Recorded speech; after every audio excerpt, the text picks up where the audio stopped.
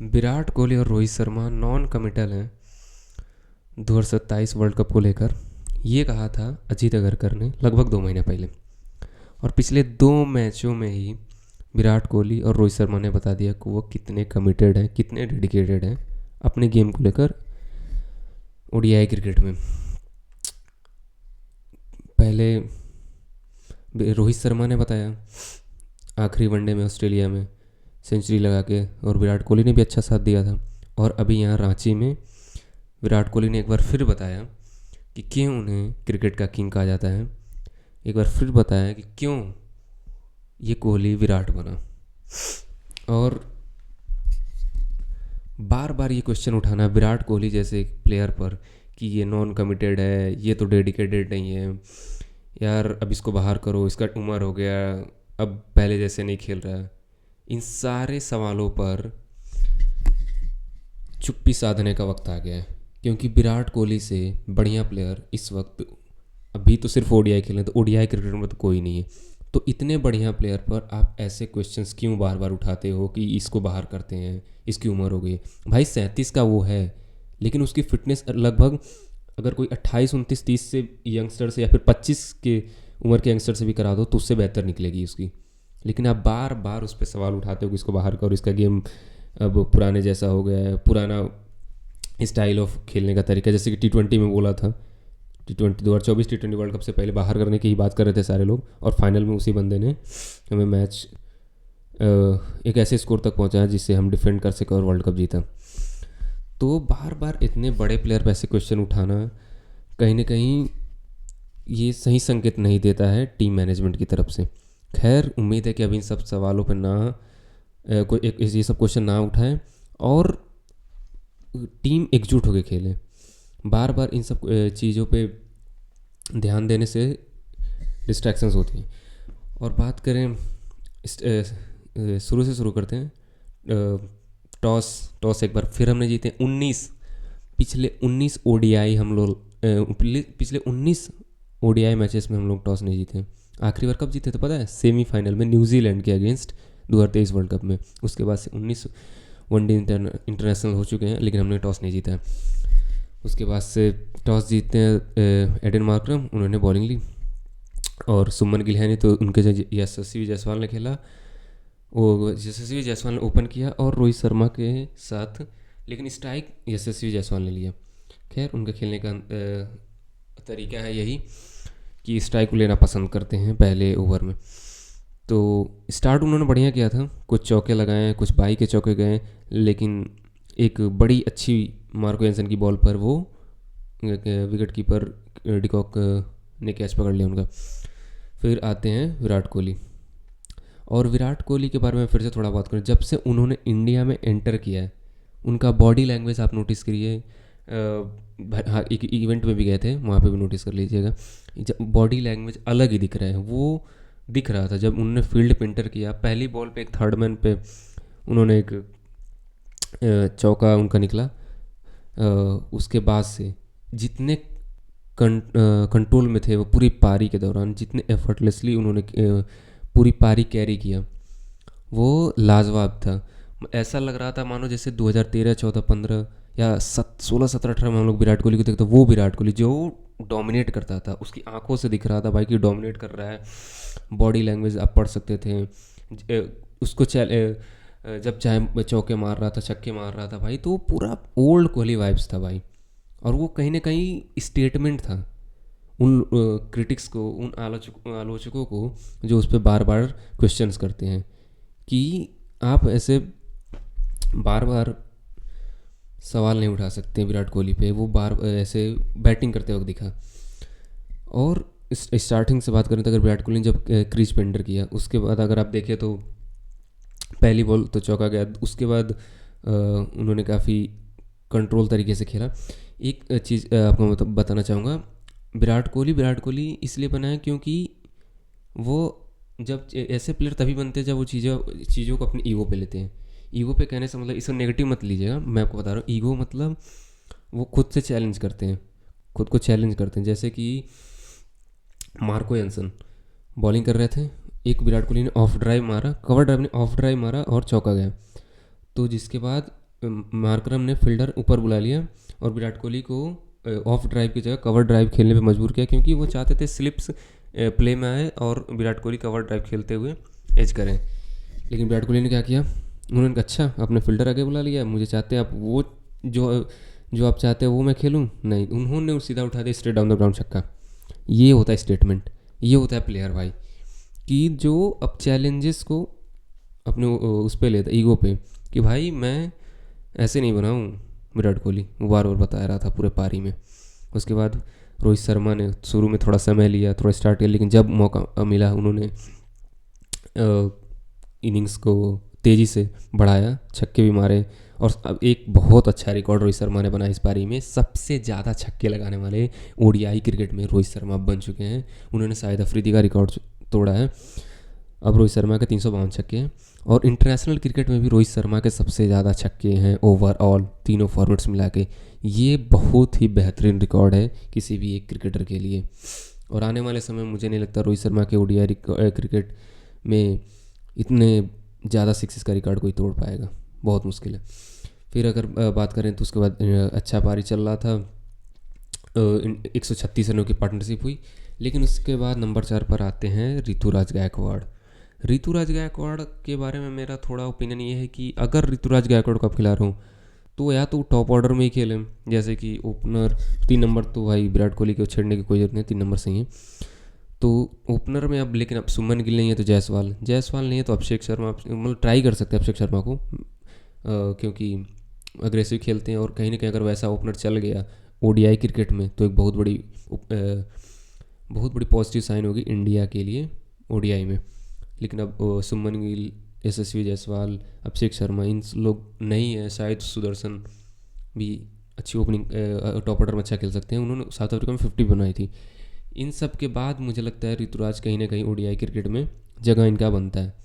वैसे आप इनको खिलाना है तो ओपन में ज़्यादा बढ़िया रहता है, लेकिन अब ओपन में जगह नहीं है तो इनको नंबर 4। लेकिन नंबर 4 मुझे नहीं लगता मुझे नहीं लगता है कि गायकवाड़ के अंदर मुझे लगता है थोड़ी कमी है मिडिल ओवर्स में गेम चलाने की, क्योंकि हमेशा से वो टॉप ऑर्डर ही बैटर हैं। और उनके जगह पे मुझे लगता है ऋषभ पंत को खिलाया जा सकता था, और हो सकता है वो खिलाया, क्योंकि एक कहीं ना कहीं वो उनके अंदर मिडिल ऑर्डर वाली गेम है और इंटेंट वाले प्लेयर हैं वो। और ऋतुराज के अंदर साफ वो इनेबिलिटी झलक रही थी कि वो स्ट्राइक रोटेट करने में थोड़े असक्षम थे। लेकिन उसके बाद फिर वही देखा ऋतुराज गायकवाड़, लेकिन एक अच्छा कैच पकड़ा डिवाल्ड ब्रेविस ने। उसके बाद आते हैं वाशिंगटन सुंदर, वो भी स्ट्राइक रोटेट नहीं कर पाते हैं। उसके बाद बहुत ही मुझे लगता है 25 ओवर के बाद, हाँ 25 ओवर के बाद से विराट कोहली को पिछले अगले 8 ओवर या 9 ओवर में सिर्फ 15 बॉल खेलने को मिली थी, 9 ओवर में, जो कि बहुत ही कम था। और कहीं ना कहीं गेम पे दिखा था, इससे स्कोरिंग रेट काफ़ी स्लो हुआ था। और फिर उसके बाद वाशिंगटन सुंदर जब खेले तो उन्होंने कुछ समय बिताया, लेकिन वो कहीं कंफर्टेबल उतने दिखे नहीं, तो उसके बाद वो भी चलते बने। फिर आते केएल राहुल ने भी शुरू में समय लिया, लेकिन दूसरी तरफ से विराट कोहली जब स्ट्राइक मिला तो उन्होंने इसको स्कोरिंग रेट को काफ़ी तेज़ किया और सेंचुरी बनाई। और उस सेंचुरी में कहीं ना कहीं वो, और सेलिब्रेशन आपने अगर नोटिस किया हो तो वो सेलिब्रेशन का था जो कि हम देखा करते थे 5-6 साल पहले। वो एग्रेशन था, वो दिखा रहा था कि भाई कि मैं नहीं जा रहा, मुझे खेलना है, मैं खेलना चाहता हूँ 2027 का वर्ल्ड कप। और बार बार विराट कोहली कहते भी हैं कि अगर मैं यहाँ पे आया हूँ खेलने तो मैं 120% तैयारी के साथ हूँ, ऐसा नहीं कि मैं कोई 90% 95%, मैं पूरी तैयारी के साथ होता हूँ। तो ये बार बार कमिटमेंट वाला क्वेश्चन आप ना ही उठाएं तो बेहतर है। उसके बाद से सेंचुरी बनाते, फिर से और तेज़ी से बैटिंग करते हैं।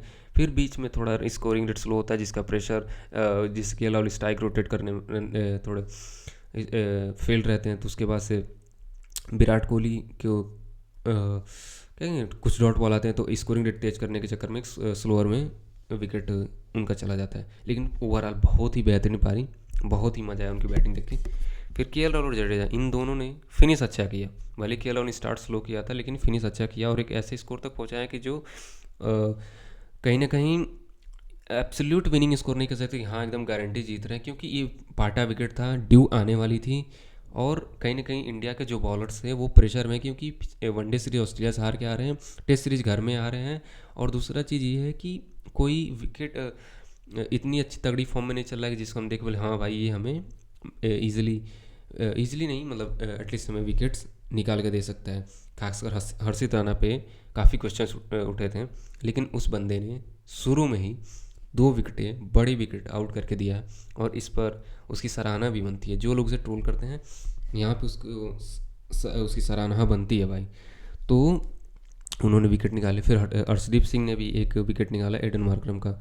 11 पे 3 होने के बाद लगा कि हम तो ईजिली जीत रहे हैं, लेकिन उसके बाद मैथ्यू ब्रिड्स के डिवाल्ड ब्रेविस ने भी कुछ शॉट लगाए। लेकिन डिवाल्ड ब्रेविस के अंदर थोड़ी मुझे गेम अवेयरनेस की कमी लगती है। वो थोड़े, हाँ अटैकिंग इंटेंट के साथ खेलता है बंदा, सही है, लेकिन कहीं ना कहीं अगर आपको बड़ा प्लेयर बनना है तो गेम अवेयरनेस होनी ज़रूरी है, जो कि उसके अंदर कमी दिखी क्या, मतलब मैंने पहले भी नोटिस किया है और कल में भी दिखी।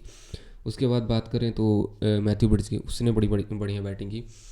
फिर उसके बाद मार्को एंसन, हमारे एक समय लगा था 130 पे 5 के बाद कि साउथ अफ्रीका तो अब ढेर है, लेकिन मार्को एंसन आते हैं। और मार्को एंसन को देख के मुझे लगा कि 2013 में जेम्स फॉकनर, 2019 में एस्टन टर्नर, ऑस्ट्रेलिया के दोनों बल्लेबाज, और ये 2025 में मार्को एंसन वो चीज़ ना कर दे जो 2 प्लेयर कर चुके थे।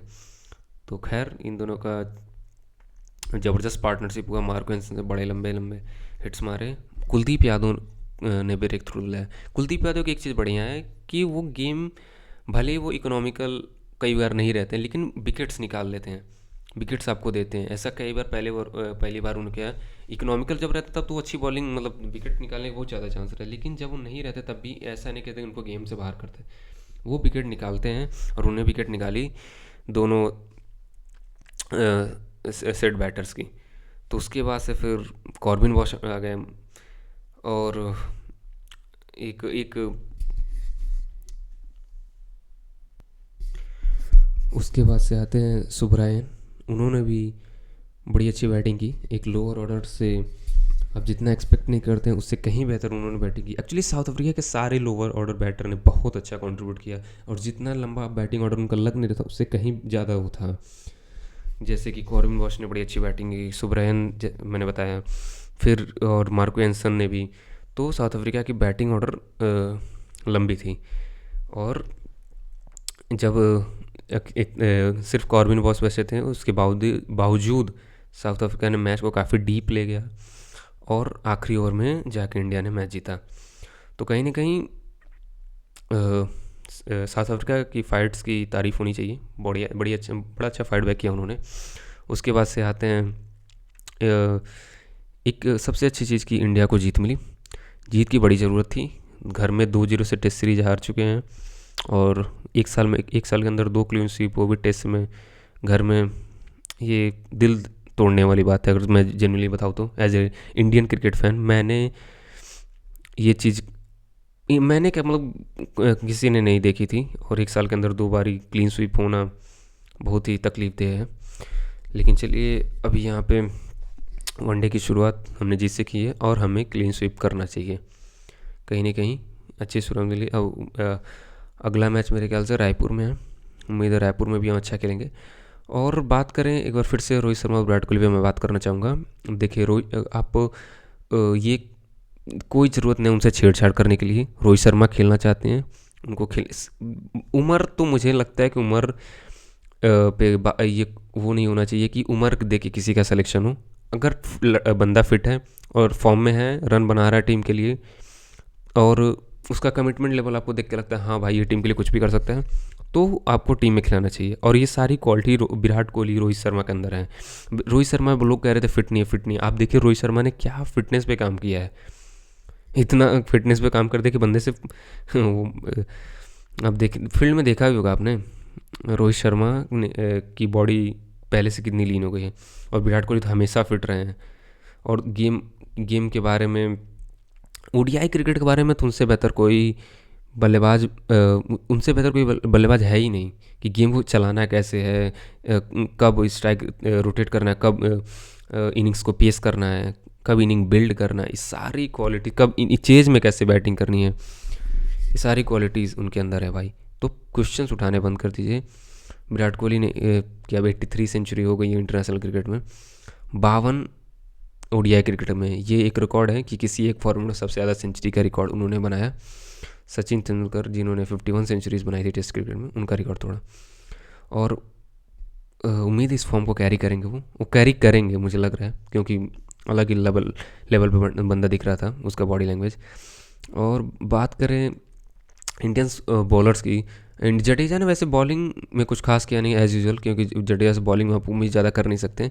लेकिन इंडिया ने वाशिंगटन सुंदर को उतना इस्तेमाल नहीं किया, ये बहुत समय से देखने को मिला। खासकर ऐसे नीतीश रेड्डी को खिलाते हैं, इस्तेमाल करते हो नहीं खिलाते हो। अब वाशिंगटन सुंदर को खिलाया अक्षर के जब, तो उसको इस्तेमाल भी करके देखो भाई, तो वो चीज़ है। और जडेजा ने वैसे बैटिंग में फिनिश अच्छा किया था। और अक्षर पटेल को तो पता नहीं क्यों ही बाहर किया गया था, वो बंदा तो अच्छा कर ही रहा था। तो उम्मीद है अक्षर पटेल को वापस लाया जाएगा अगले सीरीज में। और अगले मैच में देखते हैं, जायसवाल से उम्मीदें रहेंगी कि वो रन बनाए, और विराट कोहली इस फॉर्म को कैरी करे, रोहित शर्मा रन बनाए, इंडिया मैच जीते। और बात करें तो ये है कि मत आप टीम एक साथ, अब टीम एक साथ मिल के खेलें, कोच कैप्टन जितने भी खिलाड़ी हैं, मैनेजमेंट है, सब एक साथ मिल के रहें, और कम्युनिकेशन गैप ना रखें। जैसा कि बीसीसीआई ने मेरे ख्याल से कुछ दिन पहले बोला था कि मीटिंग रखना है इनके फ्यूचर को लेके, विराट कोहली और रोहित शर्मा के। अब मेरे ख्याल से ऐसा कोई मीटिंग रखने की ज़रूरत नहीं है। मीटिंग बैठानी है तो ये बैठाइए कि ये आपको अगले 2 साल के लिए 20-25 एटलीस्ट 25 प्लेयर ओडीआई क्रिकेट में आपको किन किन को खिलाना है। एटलीस्ट 15 तो आपको रहते हैं, कोशिश करिए 20-22 प्लेयर को रेगुलरली 2 साल जो है वर्ल्ड कप 2027 से के बीच में और अभी के समय में, तो इन 20-22 प्लेयर्स को आप रेगुलरली खिलाइए। और बीसीसीआई यार ओडीआई क्रिकेट ज़्यादा कराओ यार, ओडीआई क्रिकेट बहुत कम हो रहा है, ज़रूरत है ओडीआई क्रिकेट ज़्यादा कराने की। आप कराओ भाई, इतने आप तो कोई भी फॉर्मेट करा लो, कितने मैच करा, आपको रेवेन्यू तो आएगा ही। अभी विराट कोहली रोहित शर्मा खेल रहे हैं भाई, कम से कम उनका तो आपको ही पता है उनको खिलाने से कितना ज़्यादा रेवेन्यूज़ आता है। तो जब तक खेलें तब तक तो ओडीआई क्रिकेट को एटलीस्ट ज़्यादा से ज़्यादा प्रमोट करो, ज़्यादा से ज़्यादा खिलाओ, बायलेटरल कराओ, ट्रायंगुलर बायलेटरल हाँ ज़्यादा कराओ, ट्रायंगुलर कराओ, क्वाड्रेंगुलर कराओ। तो ये सब आप नहीं करा रहा हूँ, तो ज़्यादा से ज़्यादा ओडीआई क्रिकेट कराओ, अभी से ये रिक्वेस्ट है। बाकी मिलते हैं अगले मैच में, उसके रिव्यू में हो सकता है प्रीव्यू भी आए। और मैं अभी बात करना चाहूँगा, मैं देखो cricket, I am a cricket enthusiast lover, I love cricket, तो मैं क्रिकेट रिलेटेड कंटेंट बनाता रहूँगा। सेटअप उतना बढ़िया नहीं है, लेकिन आपका सपोर्ट की ज़रूरत है। आप सेटअप करेंगे तो मैं एक एडिटर भी रख सकता हूँ, थोड़ी लाइटनिंग और बढ़िया कर सकता हूँ, आप देख सकते हैं। और बेहतर मेरा स्टूडियो हो सकता है, स्टूडियो बना सकता हूँ, स्टूडियो तो कुछ है नहीं, तो आपकी सपोर्ट की ज़रूरत है। फ़िलहाल ये स्टार्ट है, लेकिन मैं कंटिन्यूस आपके लिए मेहनत करूँगा और आपको अच्छे कंटेंट क्रिकेट से रिलेटेड देता रहूँगा। प्लीज़ सब्सक्राइब कीजिएगा, सपोर्ट कीजिए। बाकी मिलते हैं अगले वीडियो में। Tata, bye bye, good bye.